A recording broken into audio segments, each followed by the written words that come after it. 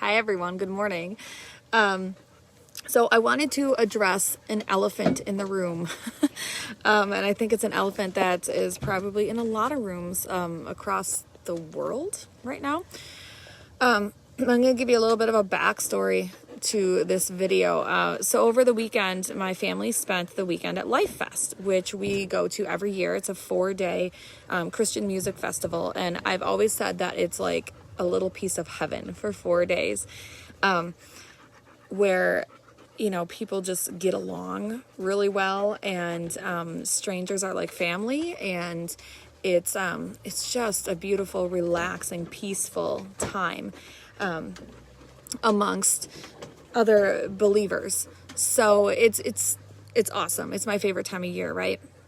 Well, last year didn't happen, obviously, with COVID and stuff. So it happened this year, and I went with the same expectations, expecting it to be like every other year, right? That little piece of heaven. And in some ways it was, but it also kind of opened my eyes to something. I noticed something very early, very quickly on in the festival, and that was that there wasn't a whole lot of like eye contact or interaction happening between strangers as you walk through the festival. And that may be very normal other places. That's not very normal at Life Fest. So I thought, well, this is kind of weird, right? And it just kind of seemed like there was just kind of a heaviness over a lot of people there. And I thought maybe it was just like first day, and I was just under stress. Everybody else was under stress because of different things that were happening weather-wise and things like that. But the next day it was the same way. And I thought, well, this is just weird, and it just got me thinking. It got me thinking about the last 18 months that we have lived through. And I think there's an elephant in the room, and I think it's an elephant that some of us aren't even aware of, or that maybe we're aware of and we just don't know how to deal with, so we keep like shoving it to the corner, but it's still there, right? And the elephant, I guess for lack of a better name for it, I'm just calling it this fight or flight marathon. And kind of stick with me here on this one. So I feel like we have all kind of been living in this marathon of fight or flight response. So I wanted to look deeper into that and share with you what I've learned. So, all right, fight or flight response, right? This is an automatic physiological reaction to an event that is perceived as being dangerous. So I say perceived because you gotta like keep that word in mind. Not necessarily that the stressor or the event is dangerous, but we are perceiving it that way. So what happens when that happens? So we perceive that there's an attack or a danger, right?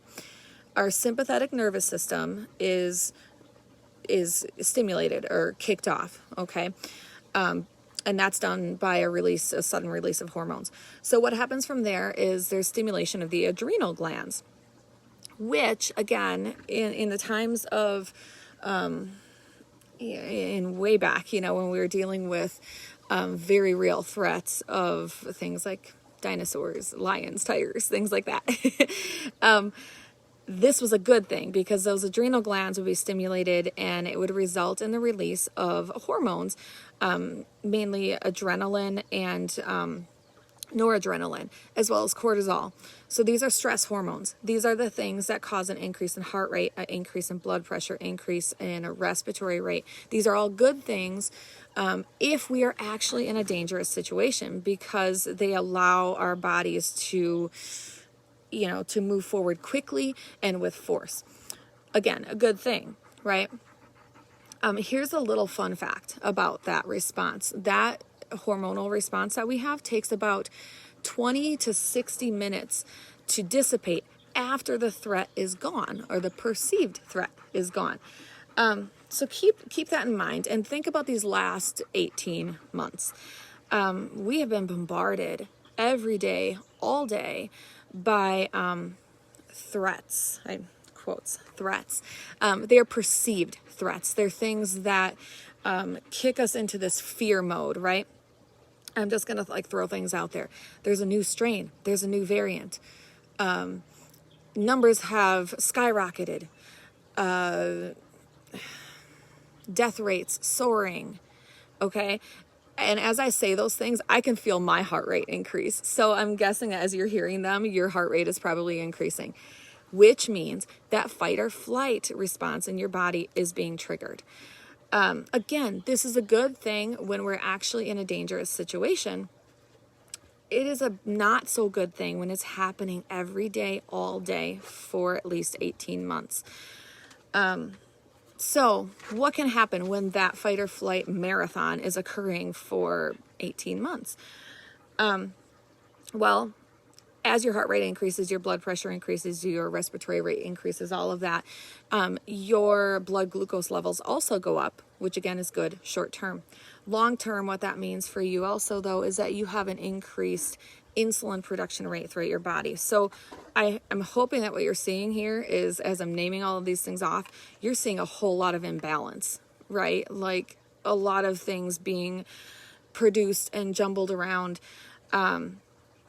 What that can lead to then are even other little simple things like retaining of sodium in your body, slowing of your intestinal tract equals constipation. Prolonged release of these can also reduce the effects of certain neurotransmitters that affect your mood. So you're noticing an increase in aggression. You're noticing an increase in depression and anxiety. You're probably hearing a lot of these words, being thrown around out there. Also, chronic inflammation of organs. That's another thing that tends to happen when we have these chronic bouts of stress. Sleep disturbances, metabolic disturbances, cardiovascular disturbances, and the list just keeps going on and on. The longer these stress hormones are at an elevated or like odd ratio, right? So I know I'm talking about a lot of stuff, and I'm hoping it's like making some sense to you, but it really, really clicked in my head as I was looking at this stuff. I also do want to share a little bit of brain science with you here. So I want to talk about amygdala hijacking, which sounds really weird, right? But so you have different parts to your brain, obviously. Your amygdala is your emotional brain. Okay, it's kind of like the center part of your brain. It's covered by the rest of the brain, but it's your emotional part of your brain. It senses danger and it makes a split-second response or decision. What happens when we're in a perceived danger situation is those releases of those hormones that we talked about ignite or stimulate certain parts of the brain. One of the parts of the brain that are stimulated by that is the amygdala. And if that happens suddenly and largely, it causes that amygdala to make a split-second decision to initiate the fight or flight response.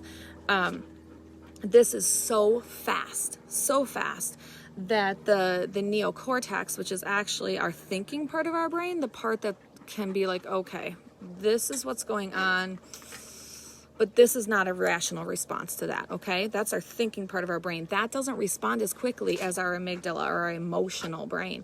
So this neocortex that lays over top of the amygdala, if it doesn't respond quick enough, the amygdala takes over, right? And what happens with that then is you get this flood of fight or flight response, the flood of those hormones being released, right? And it causes this kind of snowball effect. This is more prevalent of an issue in people with anxiety disorders, post-traumatic stress disorder. People with these issues have an amygdala that is super responsive, right? In chronic stress situations, the amygdala also starts to become very, very, very sensitive and very responsive. This also reduces the functioning of other areas of the brain that help to calm or inhibit fear. So you have this big, huge emotional response, and you have this dulling down of the inhibition or relaxing response of the brain. So what am I getting at? I guess I think that we need to recognize the effects that the last 18 months have had on our lives. And I think we need to say, yeah, this has caused chronic stress in my life. This has caused more of an issue than I've maybe even been thinking that it has. Because once you acknowledge that it's there, that the elephant is in the room, you can actually do something about it. Believe it or not, you can actually override these primitive or these natural reactions or responses of your brain. You can rewire your brain and how you respond to things, but you first have to be able to name the problem. You have to name the elephant in the room.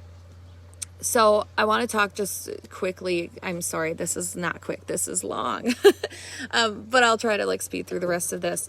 How to prevent an emotional or an amygdala hijack. Basically, we need to increase our emotional intelligence. We need to increase our knowledge of our emotions so that we can actually help our bodies to process them and do them correctly.